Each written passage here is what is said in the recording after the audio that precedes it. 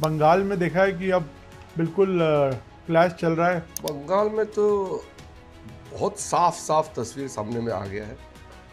Prime minister Modi ji का लहर जो है, बीजेपी का लहर, वो पूरा ग्राउंड तक पहुंच गया है। वेस्ट बंगाल को जिस तरीके से तृणमूल कांग्रेस ने बर्बाद किया है, बीजेपी ही इसको साफ कर सकता है। पूरा ईस्टर्न इंडिया और नॉर्थ ईस्ट के लिए बहुत बड़ा फर्क पड़ेगा वेस्ट बंगाल से। दीदी कहती है कि एसआईआर कर दिया। होना ही चाहिए, क्योंकि जो इलीगल है उसका नाम तो काटना ही चाहिए। पीएम पे भी वो निशाना साध लिया, उन्होंने भी एक झालमुरी खाई, उस पर भी उन्होंने कहा कि ये स्टेज मैनेज था पूरा।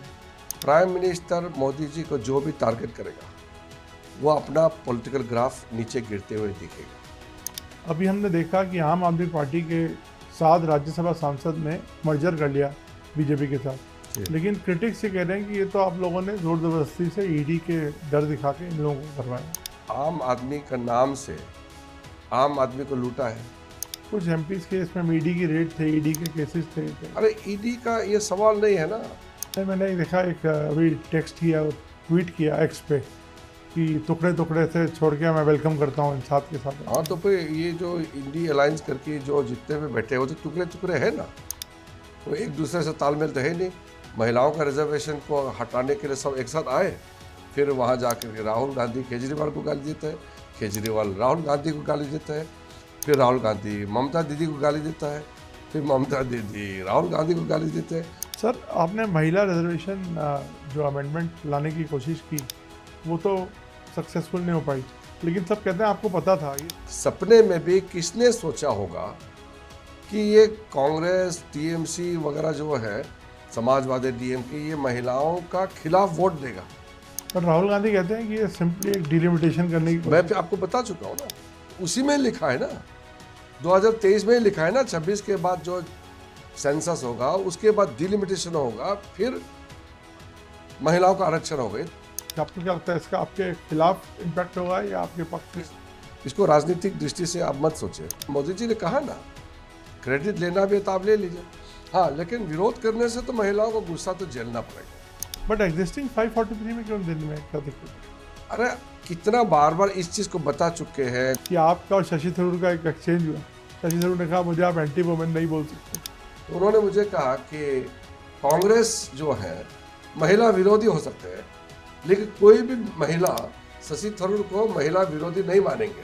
तो मैंने कहा हाँ, आपको महिला विरोधी कोई नहीं कहेंगे, ये तो मैं मानता हूँ, लेकिन आपका पार्टी महिला विरोधी है।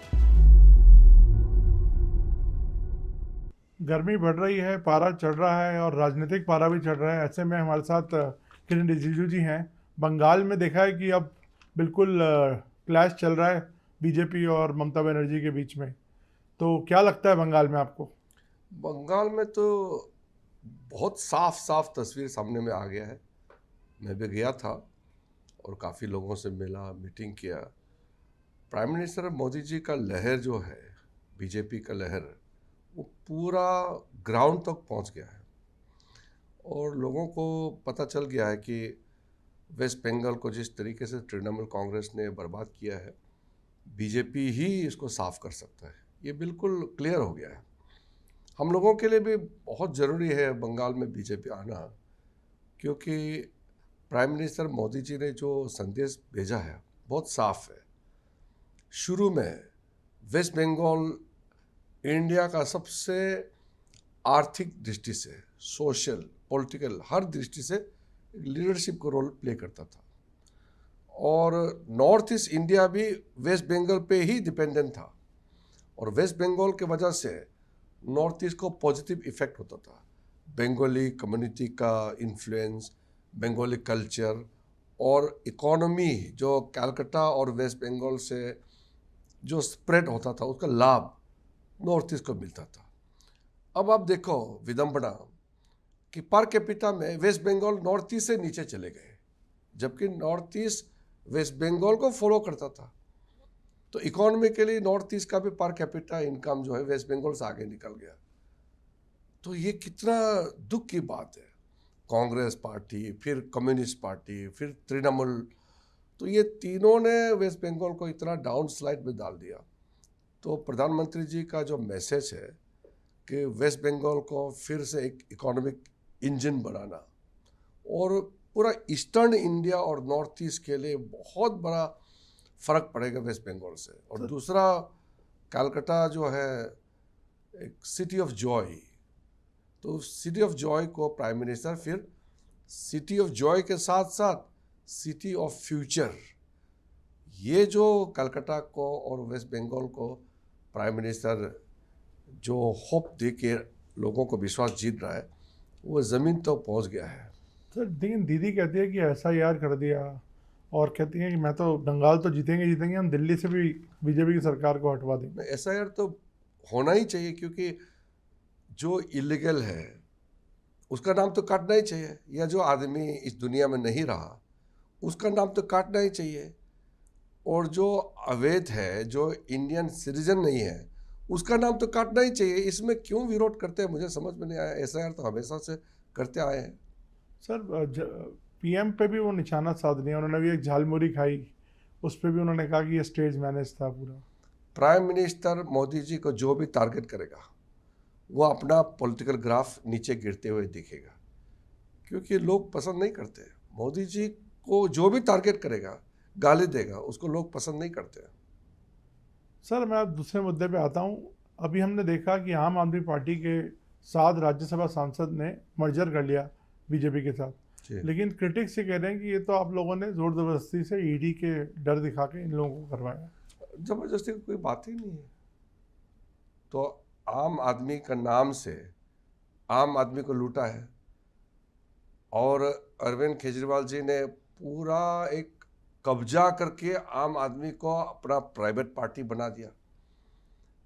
तो वो प्रशांत भूषण छोड़े हैं, या कुमार विश्वास छोड़े हैं, या वो आशुतोष छोड़े हैं, या कितना एक के बाद एक आम आदमी से कुछ लोग बीजेपी में आए हैं और कुछ लोग कांग्रेस चले गए हैं। तो क्या वो ED से छोड़ा है क्या? ये तो सिलसिला तो शुरू पहले से हो चुके हैं। 2017-18 से आम आदमी का नाम से जो धोखा हुआ है, उसको देखते हुए कितने लोग अरविंद केजरीवाल को छोड़ के जा चुके हैं। अभी 7 MP बीजेपी ज्वाइन किए हैं। तो इसको आप थोड़ी ना वो कह सकते हैं कि पहले वाला जो है आम आदमी को छोड़ा है वो जस्टिफाइड है, बाद में जो छोड़ा है वो गलत किया है, ऐसे कैसे बट वो कहते हैं कि कुछ MPs के इसमें ED की रेड थे, ED के केसेस थे। तो अरे ED का ये सवाल नहीं है ना। वो तो कोई चीज़ सामने में आता है, इन्वेस्टिगेशन एजेंसी कोई काम करता है, तो उसमें हम क्या टिप्पणी कर सकते हैं। लेकिन केजरीवाल जी को छोड़ने का जो कार्यक्रम है ये तो कब से चल रहा है। अब तो उसके साथ कुछ जो अंदर का कोर ग्रुप है उनका, जो इलीगल काम करने में मिलजुल के करता है, वही लोग बच गए हैं। अच्छे आदमी तो सब छोड़ दिया है केजरीवाल को। आपने, मैंने देखा एक अभी टेक्स्ट किया, ट्वीट किया X पे कि टुकड़े टुकड़े से छोड़ के मैं वेलकम करता हूँ इन 7 के साथ। हाँ, तो फिर ये जो इंडी अलायंस करके जो जितने में बैठे हैं वो तो टुकड़े टुकड़े है ना, वो एक दूसरे से तालमेल तो है नहीं। महिलाओं का रिजर्वेशन को हटाने के लिए सब एक साथ आए, फिर वहाँ जाकर के राहुल गांधी केजरीवाल को गाली देता है, केजरीवाल राहुल गांधी को गाली देता है, फिर राहुल गांधी ममता दीदी को गाली देता है, फिर ममता दीदी राहुल गांधी को गाली देते हैं। तो इन लोगों का जो तमाशा जैसे ही है, ऐसा कोई सिद्धांत तौर पर एक साथ थोड़ी आए हैं। तो लूटने के लिए, एक कन्वीनियंस के लिए ये लोग आए हैं। सर आपने महिला रिजर्वेशन जो अमेंडमेंट लाने की कोशिश की, वो तो सक्सेसफुल नहीं हो पाई, लेकिन सब कहते हैं आपको पता था, ये सिर्फ एक बेसिकली महिलाओं को लुभाने के लिए आप लोगों ने एक मूव इसमें किया। सवाल पता था या नहीं वो है ही नहीं। किसने सोचेगा कि वो महिलाओं के खिलाफ कोई वोट देगा? हमारे पास 2/3 मेजोरिटी नहीं है, हमारे पास सिंपल मेजोरिटी है सरकार के पास। लेकिन सपने में भी किसने सोचा होगा कि ये कांग्रेस, TMC वगैरह जो है, समाजवादी, DMK, ये महिलाओं का खिलाफ वोट देगा? तो 2023 में भी सब मिलकर सपोर्ट किया, तभी तो एक साथ थे ना, महिलाओं के नाम में सब एक साथ आए ना। तो अभी भी यही होगा सोचा है।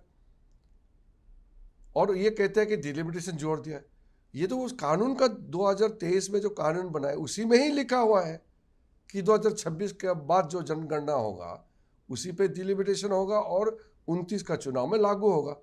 ये तो तभी कहा गया है, तो उस समय विरोध क्यों नहीं किया फिर? पर राहुल गांधी कहते हैं कि ये सिंपली एक डिलिमिटेशन करने की मैं कोशिश। फिर आपको बता चुका हूं ना, तो उसी में लिखा है ना 2023 में ही लिखा है ना, 26 के बाद जो सेंसस होगा उसके बाद डिलिमिटेशन होगा, फिर महिलाओं का आरक्षण होगा। ये तो वो प्रक्रिया है। आरक्षण देने का निर्णय हो चुका है, कैसे देना है वो तो आगे तो बढ़ाना पड़ेगा। बट वो कहते हैं कि इसमें थोड़ा अनफेयर होगा साउथ के साथ। अनफेयर का देखिए, आपने ऐसे सवाल पूछा इसलिए मैं बता रहा हूँ, वो तो बता चुके हैं वहाँ पे हाउस में कि सब स्टेट का 50% इंक्रीज बराबर होगा। तो ये झूठ बोल करके तो कोई फायदा तो है नहीं। हर स्टेट का 50% इंक्रीज होगा, फिर उसमें 33% महिलाओं का रिजर्वेशन होगा। ये तो खुलेआम सबको बता चुके हैं। वो भाग गए बाद में, वो कांग्रेस वाले, जब अमित शाह जी ने कहा कि आप लिखित में अभी देता हूँ, आप अभी मंजूर करो, फिर वो भाग गए ना, वो डर गया। नहीं वो विरोध ही करना था उनको। तो किरण जी, आपको क्या लगता है इसका महिलाओं ने देखा, या आपको क्या लगता है इसका आपके खिलाफ इम्पैक्ट होगा या आपके पक्ष में? इसमें खिलाफ पक्ष के लिए ही ये विषय नहीं है। ये विषय महिलाओं को आरक्षण देना था 33% लोकसभा में और असेंबलीज में। इसको राजनीतिक दृष्टि से आप मत सोचें, लेकिन मोदी जी ने कहा ना, क्रेडिट लेना भी है तो आप ले लीजिए। हाँ, लेकिन विरोध करने से तो महिलाओं को गुस्सा तो झेलना पड़ेगा। बट एग्जिस्टिंग 543 में क्यों देने में क्या दिक्कत है? अरे कितना बार बार इस चीज़ को बता चुके हैं, गृह मंत्री जी ने भी समझाया, हम लोगों ने भी बार बार समझाया कि 1971 का पॉपुलेशन में एक एक कॉन्स्टिट्यूंसी में 25 लाख, 30 लाख, 40 लाख वोटर हो गए हैं। ऐसे कोई डेमोक्रेसी होता है क्या? यूरोप में 60, 70, 80,000 में एक एमपी होते हैं। बाकी जितना डेमोक्रेटिक कंट्री है सब में यही है, 1 लाख, 1.5 लाख, 50,000 में एक एमपी होते हैं। पॉपुलेशन भी बहुत कम है। तो इसीलिए तो कम से कम इंग्लैंड में 600 से ज़्यादा एमपी है हाउस कॉमन्स में, तो हमारे यहाँ सिर्फ 543 है। तो नहीं बढ़ाना चाहिए क्या? ये तो आम आदमी को ऐसे ही समझने वाली बात है कि 71 में जब हमारा पॉपुलेशन उसमें 54 करोड़ था, तब से एक सीट नहीं बढ़ाया और 26 तक सीलिंग किया गया है 2001 का डिलिमिटेशन एक्ट ने। तो ये तो नेचुरल प्रोसेस है कि 2026 में जो कैप किया गया था 26 तक, 2026 में ये कैप हटाया जा सकता है और संख्या बढ़ा सकता है। ये तो नेचुरल कोर्स है। सर, पूरी बहस के बाद आखिरी में हमने देखा था कि आपका और शशि थरूर का एक एक्सचेंज हुआ। शशि थरूर ने कहा मुझे आप एंटी वुमेन नहीं बोल सकते, उसका आपने जवाब दिया। इसके बारे में थोड़ा? नहीं, वो ऐसे हम लोग तस्वीरें एक खींचा शशि थरूर जी ने, पार्लियामेंट सेशन खत्म हो गए थे तो हॉल में, तो उन्होंने मुझे कहा कि कांग्रेस जो है महिला विरोधी हो सकते हैं, लेकिन कोई भी महिला शशि थरूर को महिला विरोधी नहीं मानेंगे। तो मैंने कहा हाँ, आपको महिला विरोधी कोई नहीं कहेंगे, ये तो मैं मानता हूँ, लेकिन आपका पार्टी महिला विरोधी है। तो वो भी माना मेरा बात, मैंने भी उनका बात माना है। वो मान गए कि महिला विरोधी है? तो यही तो मतलब था उनका भी कि भले कांग्रेस महिला विरोधी हो सकता है, लेकिन महिला शशि थरूर को महिला विरोधी नहीं मानेंगे। तो मीनिंग क्या है? वही तो हो गया ना। उन्होंने भी एक तरीके से मान लिया कि कांग्रेस महिला विरोधी है, और मैंने भी मान लिया कि वो पर्सनली महिला विरोधी नहीं हो सकता, लेकिन उसका पार्टी महिला विरोधी है। मैं आखिरी सवाल आपसे पूछ रहा हूँ क्योंकि शॉर्ट रखने को बोला इंटरव्यू। सर, नॉर्थ ईस्ट के आसाम में भी एक बड़ी राज्य में भी चुनाव हुए हैं अभी, उसका आपको क्या लगता है? आपको लगता नहीं बहुत डिवाइसिव इस बार एक पॉलिटिक्स अपनाई गई? ऐसा नहीं, डिवाइसिव नहीं, तो वो तो इलीगल माइग्रेंट का एक इशू तो पहले से था। असम में बांग्लादेशी इलीगल माइग्रेंट्स का खिलाफ जो चुनाव का मुद्दा है, असम में ये तो कहीं नहीं है। वो तो 1980 से ये तो मुद्दा तो लगा। तो क्या लगता है आपको नतीजे वहाँ पे? नतीजा तो बीजेपी अपने आप में फुल मेजोरिटी आएगा और एनडीए का साथ तो टूट ठाट हो जाएगा। थैंक यू सर, हमसे बात करने के लिए। Thank you so much. जी, थैंक यू।